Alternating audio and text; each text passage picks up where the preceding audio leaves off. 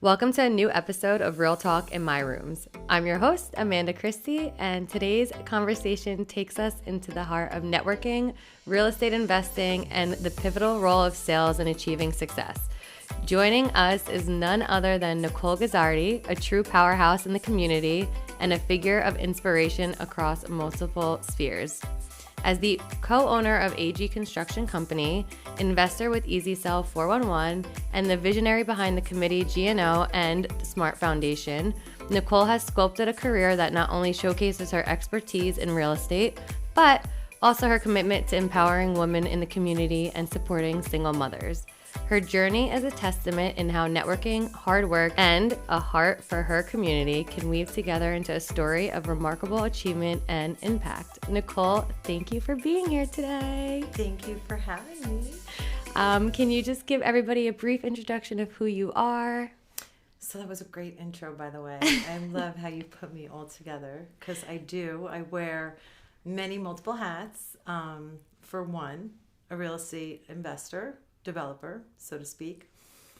Two, the founder of the committee. And then most recently, the founder of the S.M.A.R.T Foundation, which is a nonprofit that will help single mothers be resourceful for single mothers so that themselves and children don't have to go without. So that's me. And you've been giving back for years too. I mean, just even with the committee alone, how many, I don't even know offhand, but there's been so many, I'm not even just rescues, but what's the word I'm looking for? Nonprofits. Thank you. That you a bunch of things like Wounded Warriors, the Ashley Lauren Foundation, Stephanie Nicole Pars. So many. Yeah. Who else? No More Pain Rescue.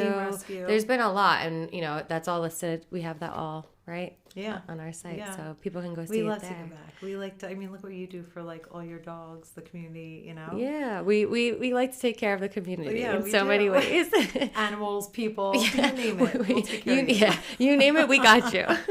That must be the cancer in us. I know it has to be. Our nurturing souls. Yes, we're both cancers. Yeah. Our birthdays are in June and July. Yeah, she's a June Cancer. Why you say it like that? Look at those July cancers beefing with the June cancers over here. I'm a July Cancer, which just means I think we're both sensitive, but I think I'm much more emotional, maybe? I don't know. Are you sure? I know. You're ready to throw down. I'm ready to resolve. That's the difference. You're like, let's go get them. And I'm like, no, let's talk about it. Let's figure out how we can talk about this. Maybe that's a difference between the cancer. Because we are both very emotional. Yeah. Oh, God. But we work through it. I know. We do great. So, Nicole, tell everybody if you could just kind of give everybody how you got started in the real estate and then kind of go into how you got started in the committee, which goes hand in hand. Okay, so it's a long story, but I know we will keep it to a 20, 30 minute. Yeah. But it is a long, interesting story how I got started in real estate developing. So it dates back. No, I'm joking. So it goes back, though, 2017. I was actually going through a divorce, and I was doing a bunch of everything. I was a makeup artist. I was doing roofing. I had a roofing company at the time with my now ex-husband. So I'll get into as much as I can, but I was going through a divorce and found myself just trying to reinvent who I was, what I was doing, and all the midst of going through a divorce and just having so much happening all at once. So it was kind of like a rock bottom moment, right? You went through a lot. It was a rock bottom moment, but not one that I put myself in. It wasn't oh my God, I've been such a screw up and I finally hit rock bottom. Mm-hmm. But it was everything was happening to me. It wasn't happening for me at the time. I felt like the weight was on my shoulders. The weight of the world was on my shoulders. So I'm going through a divorce and doing a bunch of endless jobs, just trying to make ends meet. And I decided to take a weekend and go to Atlantic City. And on that weekend, I met my now boyfriend. We've been together now 7 years, a little over 7 years. And at the time, I literally said to him, I was like, my life is a beautiful mess. Every day above ground is a blessing, but you may want to run. And he said, I'll take my chances. So now we're dating. It's been a little bit of time, and I'm slowly opening up to him, about what's been going on. And he's like, now, well, rewind. I came home and there was a sheriff's sale notice on my door. And I'm like, now I'm like at a breaking point. I'm driving around in rented cars. I have no groceries. I have 3 children.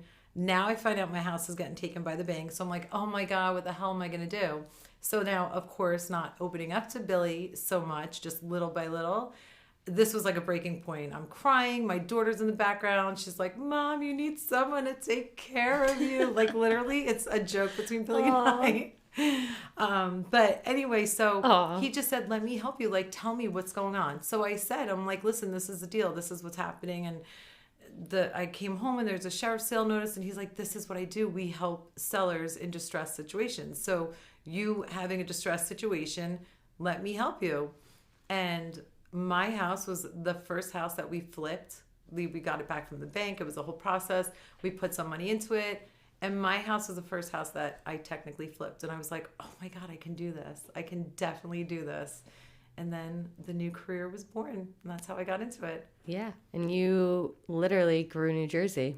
Oh, yeah. I started New Jersey for Billy. Definitely, was like, just put me in, coach. What can I do? How do I do this? And he gave me some. You helped each other. Oh, yeah. Oh, yeah. I mean, he gave me a career that I never really knew. Amazing opportunity. Yeah, he gave me an amazing opportunity that I didn't know existed. I was making more in one paycheck than I was making a year. So I was like, oh my God, this is so fun. But you took that and you learned and you ran with it. You didn't just be like, oh, okay, cool, thanks, and then do nothing with it. You took it, and now let's fast forward to today. Yeah. How, like look where you are now. So today, I know. So that happened now. It's got to be 7 years ago.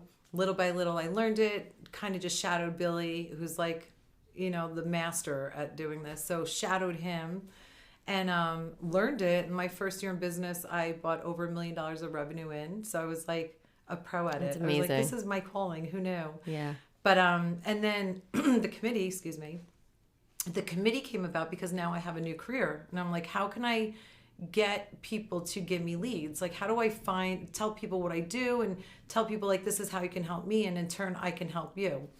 And because again, I came from the situation. I was in a position of losing everything and up against a wall, like not knowing what to do. And here I had this opportunity come to me. So I'm like, I can give back. This is another way that I can help other people that were in my situation, how I can actually help them out. Because when I felt like I was like up against a wall, no turning around, like, I was able to get help from someone. So I'm like, now I got to give back. Now I got to do this for other people. So started the committee because I'm thinking, what better way to find people in distressed homes, people, than talking to a bunch of catty women, because that's what we love to do.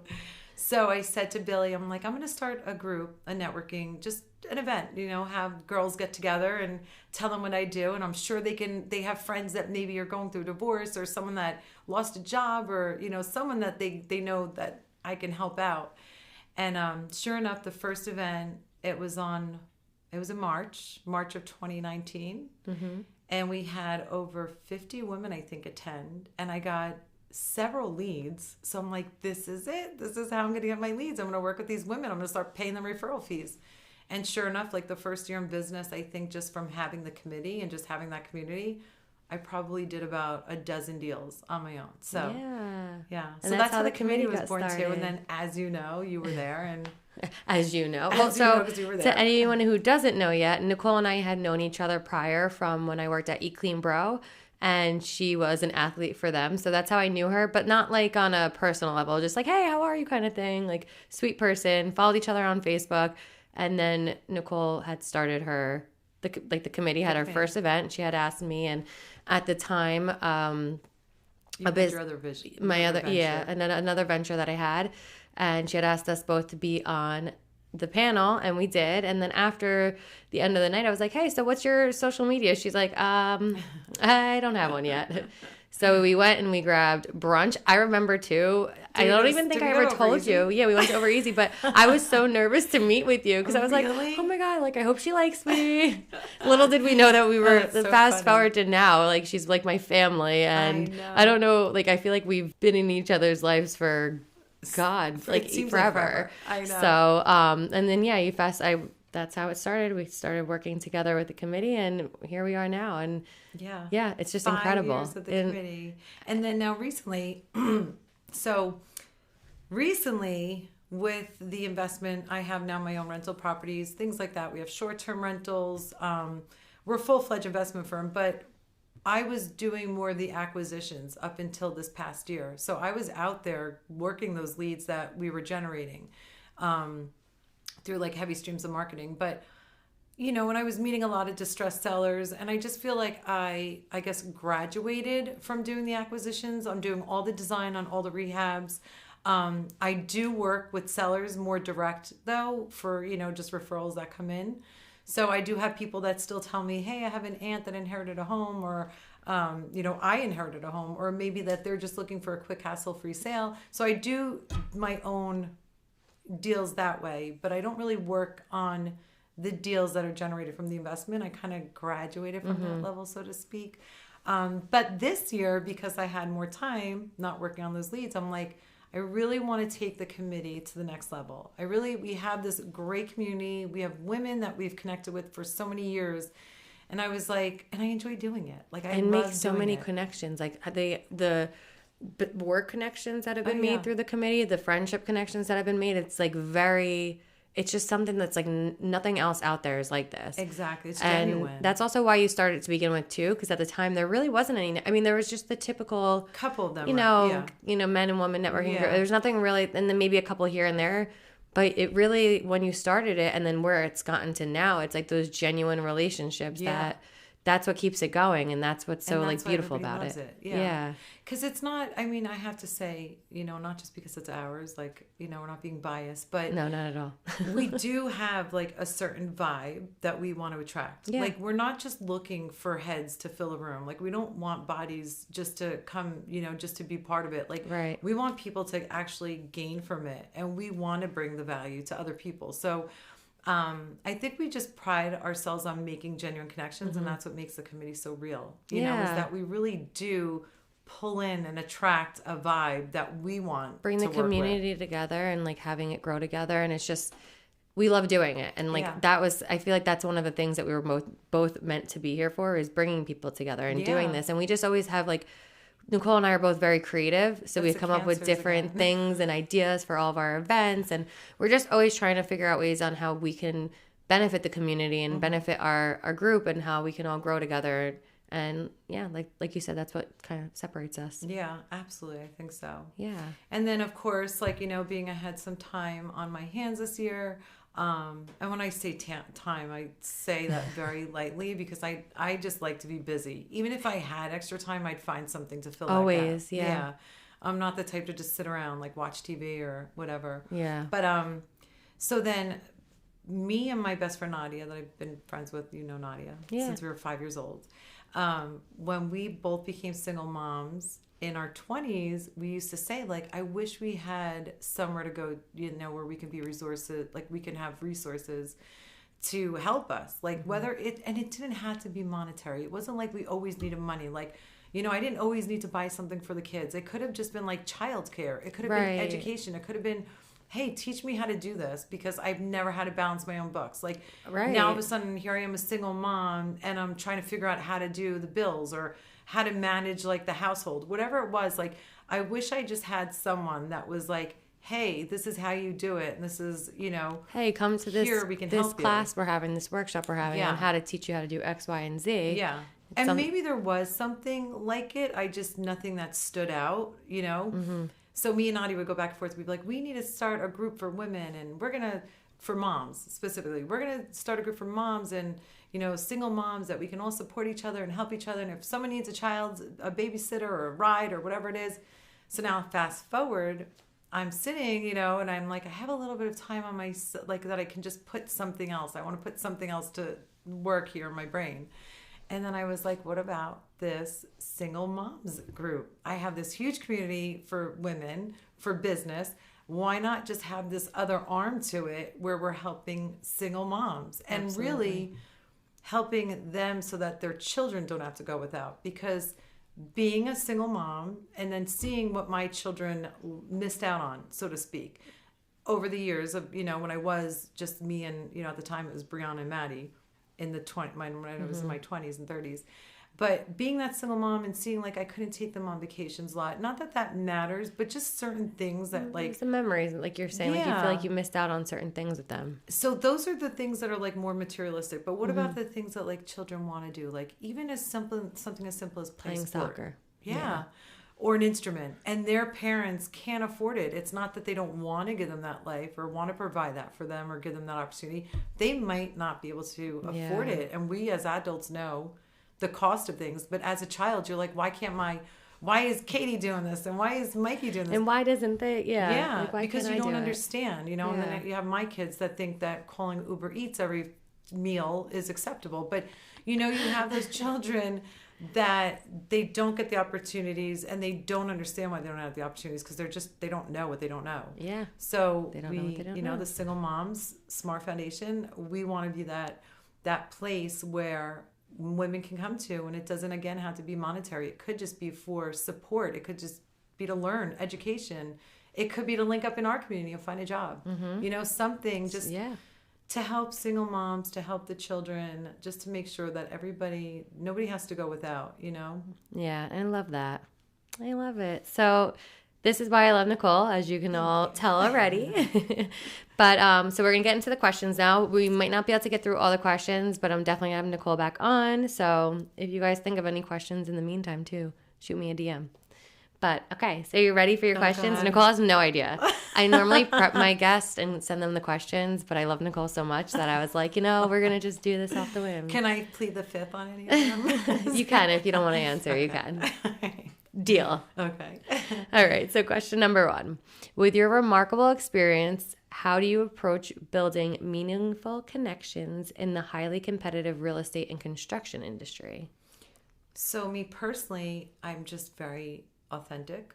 I'm just true. I'm very transparent. I'm never, pussyfooting. Is that the word? I'm never like pussyfooting around a topic. I'm always just very straightforward. But I think that building a relationship gets people to trust you and they want to do business with you then. Absolutely. Because it's a very busy industry. Oh, yeah. Oversaturated, I guess, right? Yeah. Industry. Yeah. And something that because I go out with Nicole here and there on some of the jobs, and after she's already talked to the people, brought gifts to them and had conversations, and the one thing I hear across the board is thank you for being like it's you. Everybody it goes back to because like you said, it could be anybody. It could be anybody, but they choose because of your personality. Yeah. Like you definitely are very. I become friends with them. Caring all. And like you said, transparent, and you don't play. What is the word that you used? Well, what the thing too is, I always say to them, like, even if we don't work together, like, I'm here for you. What can I help? Because they are all distressed sellers for the most part. And when I say distressed, it's not distressed where they, their lives are falling apart. It could just be like, hey, I just want to be quick and in and out. Like, I don't want to have to deal with this house. Like, it could just be something as simple as I don't want to put it on the market and wait for it to sell. Like, I just want to be one, two, three. Yeah. So but I'm honest. I'll say to them, hey, listen, if you're looking for top dollar, you're honest, you're very patient too.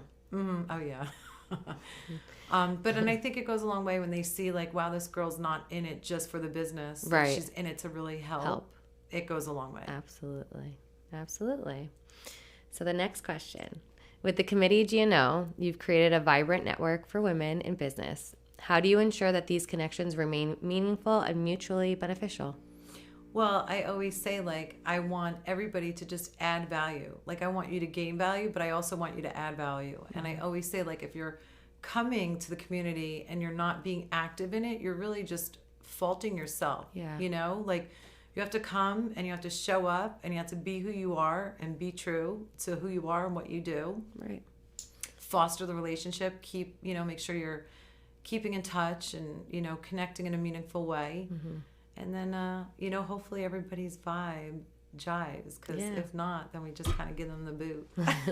Yeah, no, the thing is, it's like if you could tell, like if you, and not everybody's for everybody. Some people are going to flock more to certain people. But again, if you're not being genuinely like who you are, it's going to be hard to create those connections because you're putting on the mask. So when you're your true authentic self, you're going to meet the right people. But like you said, you have to definitely foster those relationships after. It's not like a, hey, nice to meet you, and then go off and expect to be friends. And you have to, but and it's like a give and take. Like you gotta give just as much as you want to take. Like you can't just, it can't be all like, what can you do for me? It has to be like, how can I help you? Like you said. And that's what we like to promote. Like you have to help each other, like each other's stuff, refer each other. Don't always look for it. Don't always ask for it. Like give it back and it comes to you naturally. Yeah, for sure. And that's what creates the long lasting ones, not just like a 1, 2, 3. Because I rather have that long lasting relationship than like a one and done type of thing. So 100%. So sales are often seen as the lifeblood of any business. Can you share why mastering sales is crucial in not just the networking industry, but in the real estate industry or any industry, and how it ties into successful networking? Well, I mean, sales and marketing is the bloodline of any business. Without sales, you're not in business. You know, you need that. So it's crucial to master your skill, obviously, because you want to come from a place that knows what you're selling. And I'm asking Nicole this, by the way, because she's great at sales. So that's why the sales question came up, because she's been doing sales her whole life. My whole life. From copy machines to, you name memberships. Like she's been doing it her whole life. So that's why I'm asking her this. She's very, very great at sales. Thank you. I appreciate that. But again, it's being authentic, it's being your true self, it's being transparent, but it's knowing your craft, it's knowing your skill, it's knowing your product, whatever it is. You know, you have to come from a place that if you're not secure with what you're selling or who you are, what you're providing, then how can anybody else be secure with wanting to use you? Right. Or even refer you, you know, if you're looking for referrals, going to networking and saying I'm the best in my business, and then you can't even talk your talk or walk your walk, they're going to say, this guy doesn't know what the hell he's talking about. So showing up, knowing what you do, being confident about what you're doing, being able to talk, the lingo, and master the craft or service, whatever it is that you do, just master it, you know, and know it like the back of your hand. Yeah. And too, with sales, I feel like it's like if you don't ask, or if you don't know how to properly ask for the sale, you're never going to get it. Yeah, exactly. But then that also goes back to feeling like if you don't, whether it's a mindset thing or you don't really trust what you're selling, it's going to show. Yeah, absolutely. So. And the thing too is if you have a customer that asks you a question, if you have someone that's, a prospect that's asking you a question and you don't know the answer, don't give them fluff, because that hurts you in the long run. All you have to say is, hey, you know what? I've never had that question. Let me think about it and get back to you. Or I'm not the one that would have that information. Let me get the right information and I'll get back to you. That's huge. But acting like you know something or just answering something just because a question was given, it only does you harm. It only hurts you. Yeah. Just be transparent. It's so true. I love that. Listen in, everybody. Make sure you're taking notes. So, founding the S.M.A.R.T Foundation is a significant achievement, especially since it's something that you and Nadia have spoke about for years. How has your 20 years? 20 years. Because I was 26 That's years huge. old. And like you, no, God, 21 years. See, how old am I? And you did it. Like you got it. So that's huge. And so how has your networking experience aided in its success, and what impact do you hope to achieve?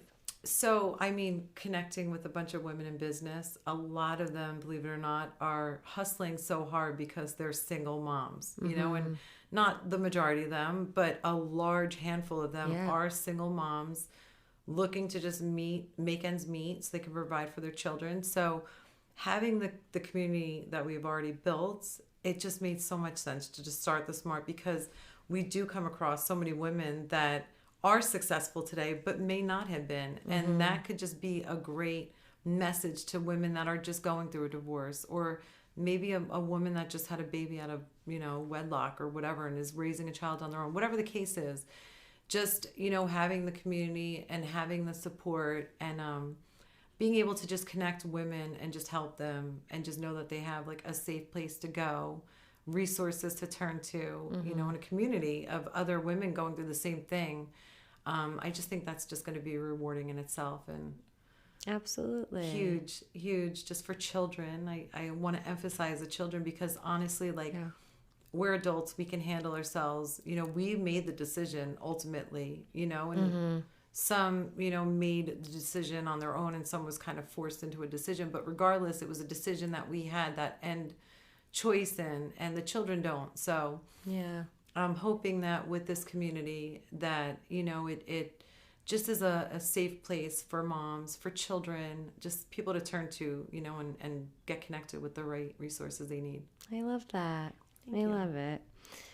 Okay, so our next question, I have 2 more, and then we're going to wrap it up because I want to be respectful of your time. And, well, Nicole and I have a lot of stuff to do after, exciting things that we have. So I can't wait to announce them all. Yeah, on the next podcast we will. Oh, yeah. So networking can often feel overwhelming. What strategies do you employ to make genuine connections and not just accumulate contacts? So, I love this one. Yeah. I always say networking in general, talk to people. You have to get out. You got to tell people what you do, or otherwise they don't know. But the key to networking is when you do get out there and when you make these connections, you have to stay on top of them. Mm-hmm. You have to be consistent with nurturing them. Otherwise, you're collecting a bunch of names, you're doing nothing with them. Yeah. So me personally, I always keep my cards, when I go and I gather, I keep my cards. I might star ones that I'm like, hey, this person I can work with, or this person wanted to connect with me on this, or, I just make my little notes, like I had to connect with this person. And the real, like the message is it's follow up and follow through, like make your connection, stay on their radar, continue the relationship, develop the relationship, grow it. And then you just stay on top of it. Make sure you're fostering those connections you make at these events. So important. And something that actually Brie and I were talking about last week that I feel like a lot of people struggle with is that, and especially when you're new to networking, because this is how I felt for a while. Like, how do you go up to people and start talking to them? And how do you get the conversation to keep flowing? And last week I said, well, the best thing that you could do is when you meet somebody, like, hi, how are you? Like, what do you do? Oh, why did you get started? Asking them the question why they got started, I feel like creates that even more. And it lets them talk. So if you're someone that is a little anxious or nervous, get them to talk. Yeah. So do you have any other tips for someone who's like, who's nervous? Like what's another tip that you would say for someone? So I would definitely say just, what's a good tip? If you're nervous about networking, just remember everybody's in there for the same reason as you are. So no one's there to judge. No one's there to be like, oh my God, how dare she show up or he show up? No, we're all in there for the same reason. We're looking to make connections, and just be yourself. You're going to connect with the people that you connect with. Amen. And you don't have to connect with everybody. You don't have to be liked by everybody, and you don't have to like everybody. But true. Just go and be yourself, and you'll connect with the right people. And when we have people that come up and say, I'm so nervous, by the end of it, they're all like, oh my gosh, this was so welcoming. Thank you so much. And they're excited to talk the next time. Oh, yeah. Yeah. And then they're chatties, our chatty ones that don't stop talking, right? They love it. And it's great. It's just like people just need to get out of their comfort zone and just make that step. So even if you are like more shy or introverted, you just got to push past that fear and just do it. That fear. Just do it. Just be yourself, and the people that like you are going to like you. The hardest thing to do is be someone you're not, because it's always an act, and it's always like remembering what you said or remembering what you do. Just be yourself. Yeah, be yourself. That's huge. The people that like you will gravitate to you. The people that don't will stay away, and they'll be doing you a favor. Absolutely. Nobody wants that negative juju. Is that the word? Yeah, juju. Juju. Isn't there like a dance called Juju or something like that? Maybe on TikTok. Maybe. Nicole on TikTok. Not good. Not good. Okay, so my last question is just, I ask everybody this. It's something I've heard on the Lewis House podcast, but it's kind of a little bit different. Like I'm trying to make my own little twist on it. But if it was the end of your world, so tomorrow is your last day, and you were only able to share 3 pieces of advice. Everything, all your podcast, all your website, everything was taken away. You only had 3 things that you could share and leave on to the world. What would those 3 things be? So 3 pieces of advice? It could be advice. It could be a quote. It could be like just 3 things that you would want to like people to remember. So 3 pieces of advice that I give, or like quotes or whatever. So my one famous quote, well, it's not famous. It's famous in my own head. But it's nothing ever falls apart. It all falls into place. So when you think the world is like crashing down on you, just remember there's a light at the end of the tunnel. You're going to see why it all worked out that way. Right. It's going to all make sense one day. Believe me, it always does. Yeah. So nothing ever falls apart. It all falls into place. I would say live with no regrets. Just be yourself. Be genuine. Don't regret anything. We're only human. We're going to make mistakes. It's just part of human nature. So just live with no regrets. Live like it's your last day. Just enjoy every moment, obviously, with, have some rules. Don't go crazy. Some boundaries. Have some rules and boundaries. But live with no regrets and love. Just love with all you have. I love that. Just be positive. Not me tearing up over here. Right? Just be positive about everything. Just know that everything happens for a reason. Yeah. And what doesn't kill us makes us stronger. And it really, honestly, I wholeheartedly believe that we are given what we can, what we can control. Like we're only given what we're able to like control and what we can handle. And it just always, everything comes full circle. So like when you think you're in the middle of like just my life is over, nothing is working out, just remember there's a light at the end of the table. Just keep a light at the end of the tunnel. Just keep pushing forward. And one day you're just going to sit back and be like, oh my God, it all makes sense now. Yeah, I love that. Beautiful, beautiful answer, Nicole. I expected nothing less. So thank you so much for being here today. Of course, we're going to have you on again. Obviously.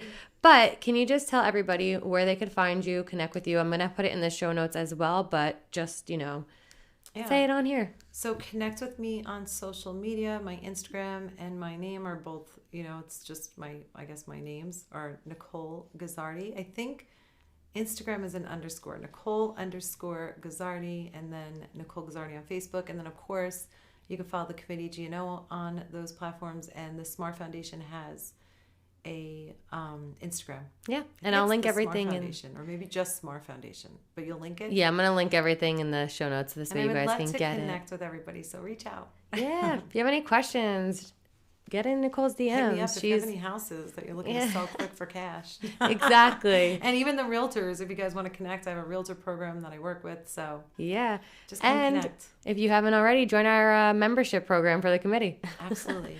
all these plugs. Yeah. But all the information will be in the description. Again, Nicole, thank you so much for being here today. Thank you for having me. And I can't wait to have you on again. Can't wait. As we wrap up today's enriching conversation with Nicole, we're reminded of the profound impact that strategic networking can have on our careers and the communities we aim to serve. Nicole, your journey from real estate investing to founding the Committee GNO and the S.M.A.R.T Foundation showcases the power of connections and the beautiful outcomes that arise when we support and uplift one another. To our listeners, we hope today's episode inspires you to reach out, connect, and build those genuine relationships that propel personal and professional growth. Remember, the strongest networks are built on authenticity and mutual support. Thank you for joining us on Real Talk in My Rooms, and don't forget to keep the conversation going by sharing your networking stories and successes with us. Until next time, keep connecting, keep growing, and keep it real.